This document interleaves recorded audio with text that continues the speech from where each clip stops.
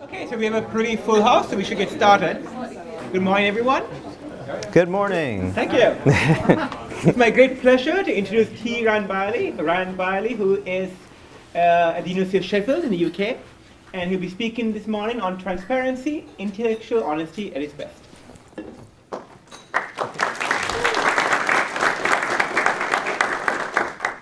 Okay, thanks so much, Aranda, and many thanks to the John Templeton Foundation, to Wake Forest University, to my home University of Sheffield for their support for my work on this project. So my work is focused on a character trait that I call intellectual transparency. I first started investigating this in a book that came out just before the start of the Honesty Project. And the book investigates a series of examples of other regarding intellectual virtues. So these are intellectual virtues that focus on helping other people to gain epistemic goods, such as true beliefs or knowledge or understanding. Intellectual transparency specifically, I conceptualize in this way as a tendency to faithfully share your perspective with others out of a motivation to promote their epistemic goods. So someone who's intellectually transparent is good at gaining a grasp of what their perspective on things is, which is harder than it might at first seem. They're also skilled in communicating their perspective well to others, and their tendency to use these skills is regulated by a concern to help other people to gain better knowledge or understanding or true beliefs or a better, improved body of evidence, right? So if sharing their perspective might help others in those kind of ways, then they'll be inclined to use their skills to foster that goal. And if it wouldn't, then they'd be less inclined to share their perspective in that way. So my work on intellectual transparency has ended up kind of being divided into four work packages. The first two of these that have to do with the relationship between intellectual transparency and honesty and intellectual honesty, and with conceptual and indirect empirical evidence regarding the value, instrumental value of intellectual transparency. I talked about those two work packages at the Midpoint Conference, and so I'm not going to talk more about them today. Instead, I'm going to focus on the third and fourth work packages. So these focus on very different topics, and they also use very different methods to investigate these topics, and that will become clear as we proceed. So the first one of these topics has to do with group intellectual transparency. So this is about whether, it's about the nature of groups possessing this character trait of intellectual transparency. So a group rather than an individual having a tendency to faithfully share its perspective with others out of a motivation to promote their epistemic goods. And my key question I'm investigating about group intellectual transparency is this question: is a group's being intellectually transparent always constituted just by the group members being intellectually transparent individually, right?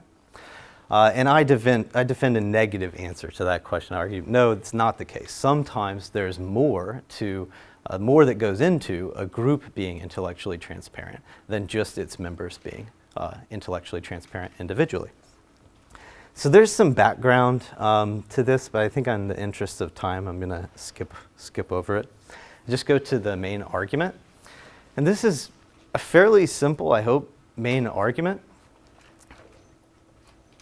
It goes like this: for a group to be intellectually transparent, it must tend to attend well to its perspective and communicate its perspective well to others. But for a group to do those things, to attend well to its perspective and communicate its perspective well to others, it's typically not enough that the group's members each attend well to their perspectives and communicate those well to others. And if that's true, then it follows from those two premises that typically a group's being intellectually transparent requires more, something else. than its members being intellectually transparent. So I think the key premise in this argument is the second premise. Why think that for a group to be intellectually transparent, it typically requires more than for for a group to attend well to its perspective and communicate its perspective well to others? That typically requires more than the group members tending to attend well to their perspectives and communicate those well to others. Why does it tend to require more? And the basic, very abstract reason for this is just that features of groups' perspectives, like group beliefs, group evidence, group processes, group virtues, they're typically constituted by features of multiple group members, not by like one individual group member. So the fact that individual group members attend well to their own individual features and communicate those well to others will not guarantee that anyone has attended well to the relevant features of multiple group members and communicated those well on behalf of the group. So in the paper so this is work that I've already done and has already been published. In the paper on this, I put more meat on the bones of this basic skeletal argument by talking in more detail about each of these examples here, about group belief, group evidence, group processes, and group virtues, because there's been philosophical work on each of these topics. And so I just show case by case how the group members being intellectually transparent as individuals isn't enough, typically isn't enough to secure the groups being transparent with respect to each of these features, with respect to their beliefs, with respect to the group evidence, with respect to the group processes, and so on. As a simple kind of illustration, sort of oversimplified kind of dummy illustration, here you might just imagine a group of jurors deliberating about whether a defendant is guilty. They go away and deliberate about this, and the way that their deliberation goes is like this. Each member considers their own perspective on this topic, do a good job at that. They've each got a good grasp of their own perspective. They communicate this competently to the other jurors, right? One juror does this, the next juror does all along down the line. But the problem is that they don't listen to each other. They don't have further group dialogue, try to arrive at some kind of consensus, some kind of, well, here's what we as a group are going to let stand as our view. Each member shares the evidence that they think about their own evidence, what evidence they have that they think is relevant for assessing the defendant's guilt or innocence. They sift through this and try to reveal the components of their evidence that they think are relevant and any tensions within this evidence that might be important to share. They each do that, but then no one goes through and sort of checks, well, how did that person's evidence, fit with that person's evidence, and so on down the line, right? And it comes time for them to pronounce their verdict, and rather than, say, having a spokesperson that speaks on behalf of the group and communicates the group's view about things, they just, one at a time, they get up and they reveal their individual perspective on this, and they sort of take it to, maybe they even take it to be, the group's view. They each sort of think their view is the group's view, right? Now that's a dummy example that just illustrates the sort of abstract point here, that it seems like for a group to attend well to the varied features of the group's perspective and to communicate those well to others, it's not enough that the members of the group each individually attended well to the elements of their individual perspectives and revealed those to the group. Okay. Just a couple of comments about this argument. So this first point is really for the real nerds. So this is it's just to point out that this is a different kind of argument for what's called a non-summativist view of group character traits than was defended in other arguments for that same view. So in the literature, there's a bit of a literature in philosophy on group character traits, and there were some previous arguments for the claim that for a group to possess a character trait is not always just a matter of the individual members also possessing that character trait. But the previous arguments given for that conclusion differ from this one in certain interesting ways. I can go into more detail about that if people are interested.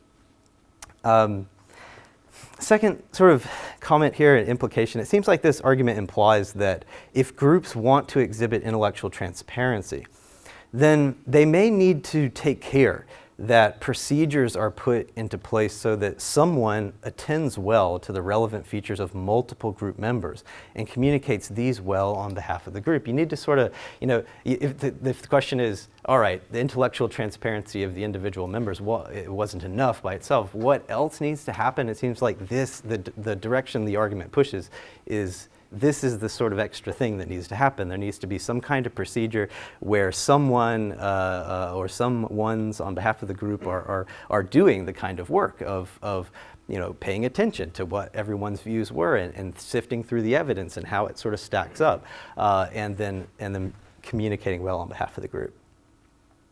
Another comment here is that the basic structure of this argument, it's focused on the character trait of intellectual transparency, but I think it could be applied to other group character traits too, like group honesty or group intellectual humility. Any other intellectual virtue that has to do with how the group is oriented toward its perspective. It seems like this kind of argument might be able to work for those kinds of character traits too. And then lastly, and maybe more tentatively, speculatively, maybe this argument has some implications for measurement. So if we want to measure group character traits, group intellectual character traits, one approach to doing that would be to, if I want to figure out whether this group is intellectually transparent, I'll give self-report questionnaires to each member of the group and just kind of take an average. Maybe that's a decent way to go about doing this, but the argument suggests that there might be a different approach, at least, might include, say, asking questions about whether there's someone that does this additional thing of paying attention to multiple group members, elements of multiple group members' perspectives, and then trying to communicate that well on behalf of the group. Maybe we'd get better measurement instruments if we included that kind of material. I think ultimately that's an empirical question about whether that does any better or not. All right, so that was the first bit. That was the abstract, purely philosophical sort of stuff. So now I want to turn to some work in progress. And this is some empirical work. It's not something we've published yet, and so I don't have like an abstract, a clipping of an abstract to show you, so I just share a bit of our R code. It just sort of indicates the sort of status of this project at the moment. I'm working together with research partner Farhud Maliksad at the Technical University of Munich. And so what we've been doing is looking at the potential instrumental value of intellectual transparency as a trait of individuals within a couple of contexts. So first in romantic relationships, and secondly at work. And so I should say that I'm eager to get the feedback of proper psychologists about this work, because I'm not a proper psychologist. I'm a philosopher. I dabble a little bit in empirical work, but fumble along and make lots of mistakes. So I really appreciate what you all think about this work in progress and what we can do to improve it. So the first study is focused on intellectual transparency in romantic relationships. So if you go across the top, the sort of key dependent variable for us is self-rated intellectual transparency. So this is a self-report measure of someone's intellectual transparency that I developed previously with Megan Haggart. It's a 6-item measure, has 2 factors. One factor measures a person's kind of motivational and affective orientation having to do with sharing their perspective to benefit others' epistemic well-being. So it includes items like, it makes me happy to improve another person's thinking by sharing my own thoughts with them. And then the second factor is focused more on the person's skill in assessing their own perspective. Right? So it includes items like, I'm good at figuring out why I think the way I do. So in this study, we wanted to look at the relationship between self-rated intellectual transparency and a few other items. So we wanted to look at like self-other agreement on this kind of issue, and we assessed that through a single item for the partner. The partner's rating the extent to which they perceive their partner to be intellectually transparent. We looked at the relationship between self-rated intellectual transparency and a couple of other self-rated virtues that seem particularly relevant to intellectual transparency, so honesty and love of learning. And then our key outcome variables, which are the partner's judgments about the quality of the relationship, so how satisfied they are with the relationship, the extent to which they feel that they make decisions mutually with their partner, how much they like their partner, and their commitment to the relationship. So what we see is that self-rated and partner-rated intellectual transparency are moderately correlated, bit stronger relationship there than we saw if you went to the talk yesterday afternoon, the self-other agreement about honesty that was talked about there. Self-rated intellectual transparency is moderately to strongly correlated with honesty and love of learning, as we might expect, tends to have significant relationships with the partner's judgments, though they're not very large relationships. Similarly for honesty, some significant relationships there too, to partner's judgments, though it looks a bit smaller. So to try to assess the unique contribution of self-rated intellectual transparency to these outcome variables, we used hierarchical regressions. So as a first step, we would enter the age, gender, and big five personality character traits of the self and the partner, and use those to try to predict partner satisfaction, partner liking, and so on. A second step, we'd then add honesty and love of learning and see if those would predict any additional variance in those outcome variables. And then at the third step, we'd add intellectual transparency. And so I've kind of highlighted here on this table that when we do this, we see that intellectual transparency continues to have a significant relationship with the outcome variables in most cases when controlling for all the other variables.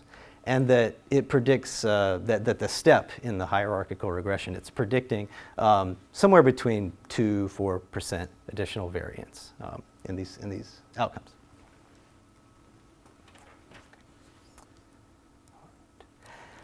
So we wanted to take a very similar approach, really, to studying the potential significance of intellectual transparency in the workplace. And so here what we've got are dyads of employees and their supervisors. Again, our key predictor variable is self-rated intellectual transparency. We want to look at its relationship to supervisor-rated intellectual transparency, see about the agreement there. It's very similar to what we find with the romantic dyads. Again, looking at a few other relevant self-rated virtues. So honesty, love of learning, teamwork, and knowledge withholding. And then the key outcome variables being the supervisor's judgments about the employee's job performance and organizational citizenship. How well they do their job, and roughly for organizational citizenship, roughly like, do they kind of go above and beyond and like they're really pro-social in the workplace and kind of help other people out, mentoring and stuff like that. And we see fairly strong relationships with the other self-reported virtues, moderate to strong correlations with the main outcome variables. Again, we wanted to see whether intellectual transparency might be predicting unique variance in these outcomes beyond the other variables we're including in the study. And so very similar procedure here. So step one in a hierarchical regression, we're including employees' age, gender, education, and Big Five, and supervisor, age, and gender.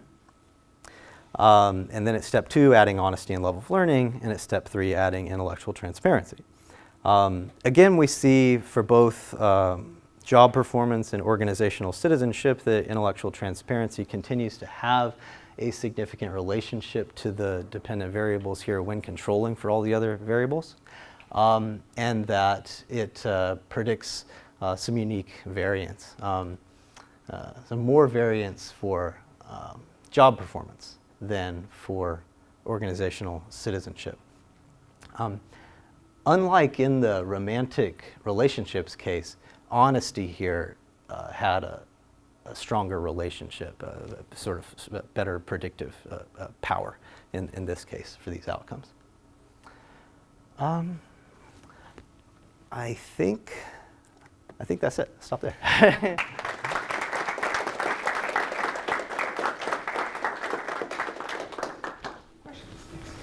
So I actually have more of a definitional question of what you consider to be behaviorally what does a group look like when it's being intellectually transparent, especially when there's serious disagreement. And so I thought it was interesting that you used the example of a jury that necessarily, at least in the States, has to, come to a unanimous conclusion, or if they don't, they don't. Versus, for example, the Supreme Court in the U.S. has the option of, here's the majority opinion, and people can publish dissenting opinions, and so you get to see the variation in sort of what the group thought. Because I'm thinking, there are a variety of different situations where, perhaps everyone looks at a flower and everyone in the group is like, oh, it's red, maybe it's a little mauve, maybe it's like blah, blah. Versus, 3 people think it's red, one person thinks it's yellow. And so what does it mean to be sort of intellectually transparent for a group in these various types of situations? Yeah. I don't know. So I guess I start with the definition. So the group will tend to share its perspective faithfully out of a motivation to promote others' epistemic good. So if there are others who are somehow depending on the group to gain knowledge and understanding, some kind of important thing that they need to know that they're depending on the group for, then that'll incline the group to communicate its perspective. And so in order to do that, the group's going to have to somehow figure out what its perspective is. So I guess I'm not sure I know exactly how that works, but yeah, it's probably going to have some kind of elements of dialogue among the members. They're going to be, so I think of maybe the idea of perspective is helpful here, because I'm thinking of perspectives as including a wide variety of different elements. They include beliefs, but so even just thinking about the individual case, they include what you believe, but also the evidence you have, your intuitions, your intellectual tendencies, right? So the group then, its job really is to kind of examine those features of the group, the ones that might be relevant and helpful for communicating, and then to effectively communicate those. I guess that's sort of my short answer for what it would look like, but. Yeah, pointing to particular examples, saying more concretely exactly what this looks like, take more work. To Austin, Alan, Will. Yeah, thanks for your presentation. I guess my question is probably more about some of the earlier philosophical work that you sort of set up as a background for this current project, and you give the juror case as a reason to think that the group character traits have to be something other than all of the individuals that make up the group being intellectually transparent. But I'm wondering if, so given the motivational aspect of this character trait, where it involves a concern for the epistemic goods of others, if it wouldn't be the case that you couldn't set up the juror example in exactly the same way, because it seems like if you have a concern for others' epistemic goods, you'll be listening to their perspective, you'll be approaching them where they are, and so that maybe you can still, there's room for this view that it's reducible to individual traits. Yes, yes. So, I mean, I guess I do. So, well, let me ask about the last sentence that you said. So, reducible to the individual's intellectual transparency specifically, or just to their individual traits, like in general? Which of those did you? I suppose I was thinking the intellectual transparency. Okay, specifically, yeah, yeah. So I mean, I think there's something to this argument. You know, like I said, the juror example is it's an abstract example. It's an extreme sort of case, and yeah, I do think certainly there's going to be like correlations between being intellectually transparent individually and maybe doing more to listen to others, being more collaborative and working together with others. And so that's part of why I said the comment that I included about measurement, that, well, ultimately I think it's kind of an empirical issue. Like, how strongly related are these features, being intellectually transparent on the one hand and say being a really effective group member that helps the group attend to others, other group members' perspectives and bring them together in some integrated fashion. I expect there's going to be some relationship there, but how strong will it be? That's partly an empirical question. I'm not persuaded that there's like a knockdown conceptual argument that the one entails the other. I don't think that, and that's really the main goal of the philosophical argument. Thanks for the talk. On the group stuff, I know your argument was about whether individual transparency of the members ensures group transparency. But I was wondering if you also actually thought that there could be cases where there's a tension between maintaining my individual intellectual transparency and maintaining the transparency of the group. I was thinking maybe in politics cases, was members of the government or the cabinet, it's kind of convention that publicly they'll just support whatever was decided in cabinet, because otherwise the public will get confused about what the government's position actually is. Would that be a case where, in order to ensure that others were accurately understanding what the perspective of the group is, I would actually have to, not express my own perspectives in cases where they conflicted with the group decision. I just wondered whether you thought those cases could happen, and I don't know whether that supports your view or not, but that might do. Yeah, I don't, I guess it's not something I've thought about, so I don't have a view about it. The case you described, I wasn't so sure that it worked. I guess I was thinking there that, well, as a cabinet member here, why would I might refrain from sharing my private perspective, right, with the public. I mean, but it might be that I'm doing that because I'm worried about confusing people, right? So it might be this is just a manifestation of intellectual transparency for me. That my sharing my perspective is regulated by my concern to promote other people's epistemic goods. So if sharing my perspective is going to confuse them, I might then refrain. So I just thought there might be two different, there's the epistemic good, but knowing what my perspective is and knowing what the... Yeah, well, that's true. I mean, I grant that. I can't Yes. get both. Yes, I grant that. So, I mean, ultimately, for all of these other regarding character traits, I think they're supposed to be, the foundational one is intellectual benevolence. So it has a concern for the other's epistemic well-being sort of broadly. So I grant that their understanding my perspective is an epistemic good, right? But I might in this situation sort of think, well, even if I help them with that, if it comes at the cost of confusion, maybe that's not worth it. Thanks. Yep. Thanks, Ryan. I always get such joy from your creative and unique approaches to things. It's really pleasant. So. Thanks, Will. And my question is I wonder if anybody in philosophy has applied the group perspective to the individual. So thinking of the individual as having parts that each might have a different standing on intellectual transparency, and there needs to be some sort of coordinating function to bring them together. Has that been done?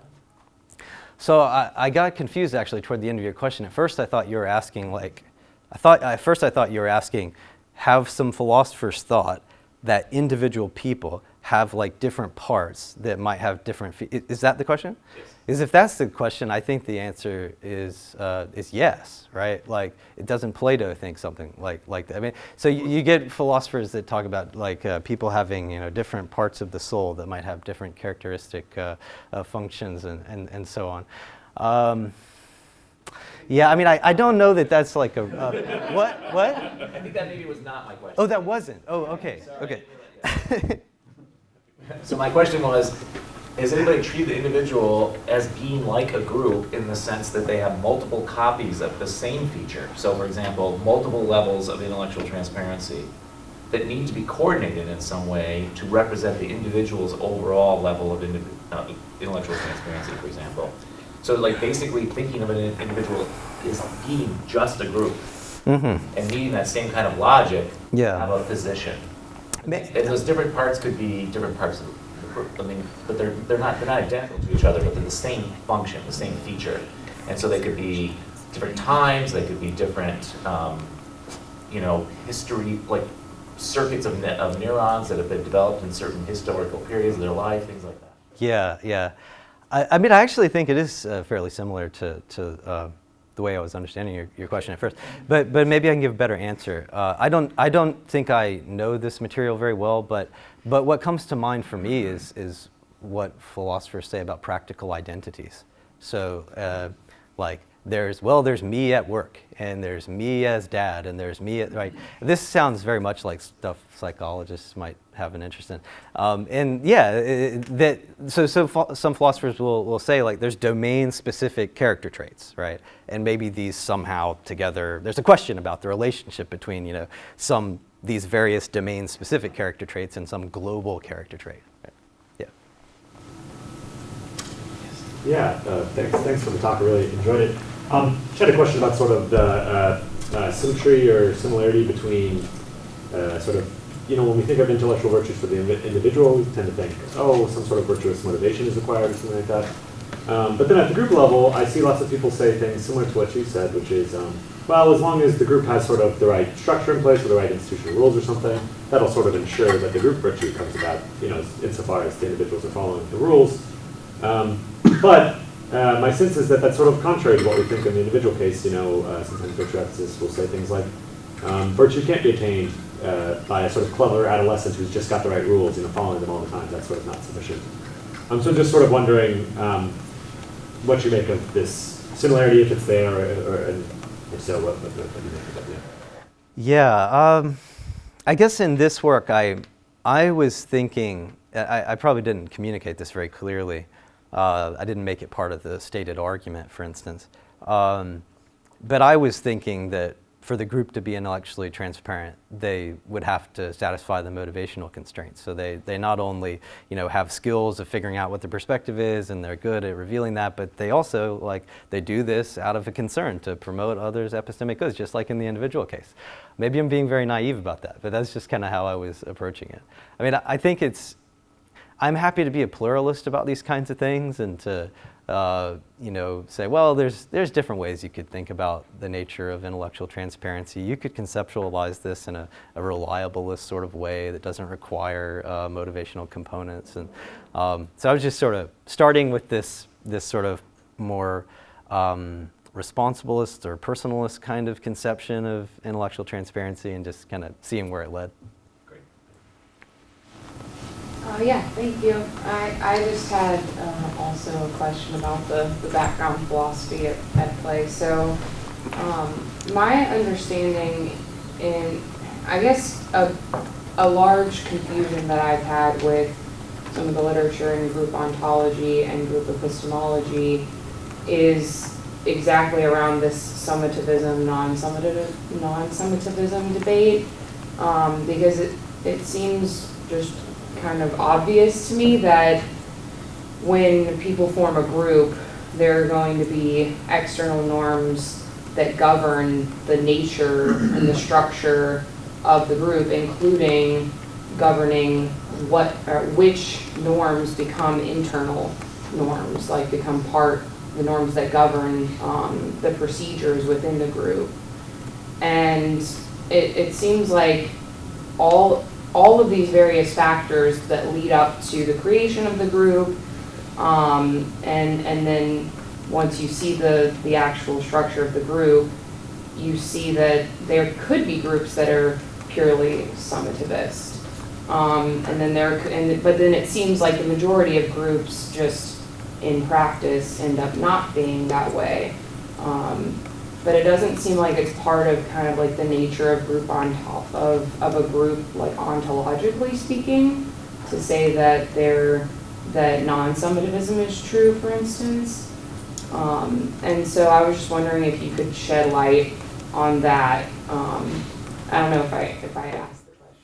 I'm not sure how helpful I'll be. I do tend, so my aim is just to argue that that it's not the case that in every case where a group is intellectually transparent, its intellectual transparency consists merely in its members being intellectually transparent. But I want to be willing to grant that there can be cases where a group's intellectual transparency is constituted just by its group members' the relevant group members' intellectual transparency. For instance, the more compelling kind of case is like where there's one particular member within the group that sort of their perspective kind of stands as the group's perspective, like what they think sort of goes in the group.